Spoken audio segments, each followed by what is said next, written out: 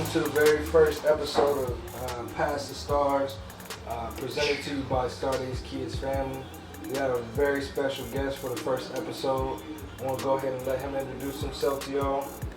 Oh, sheesh. So my name is Arthur Norman Jr. You might know me as Ernest Post. You might know me as AJ. You might know me as Art. You might know me as Young Gusto if you's a bike rider. But you can call me Art. In what ways does your identity influence your perspective on the work that you do?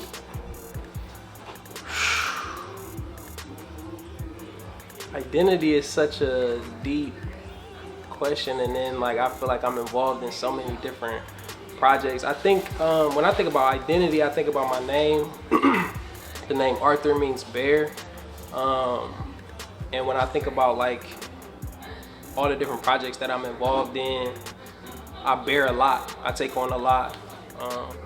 Who are or what are some Ohio artists or brands or creatives that you feel are doing great work to advance the culture? Man, that question's packed too. Ones that are doing great work and advancing the culture, I would say the dream catchers. Not only are they capturing it from the lens, but they're also capturing it from the speaker. I would say Heavenly Kids Center for Learning.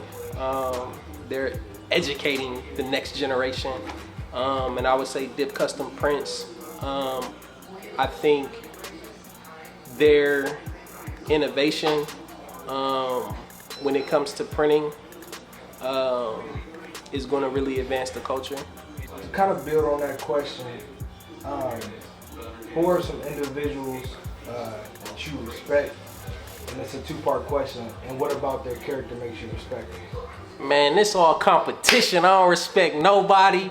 If you on the other side, I'm just joking. I would say I am a competitive person, but I feel like I'm a respectful person as well. But when I think about respect, I think about just big homies, ones that created platforms for creatives to even create. I think about DJ the Man. He the one that put me in position when it comes to Dip Custom Prints. I think about Misty Norman, because she's doing great work over at Heavenly Kids. I would say Marshall Shorts. He's a pillar when it comes to creatives. I would say Shelby Harris. She threw me my first oop, did my first art show. So I think about ones who are like obviously I think about my peers, but I really think about the big homies that's really putting people in position to do something major. Absolutely. Man, 2020 has been a pivotal year for, everybody. What has been your most impactful memory from this year, or something that you have learned from this year?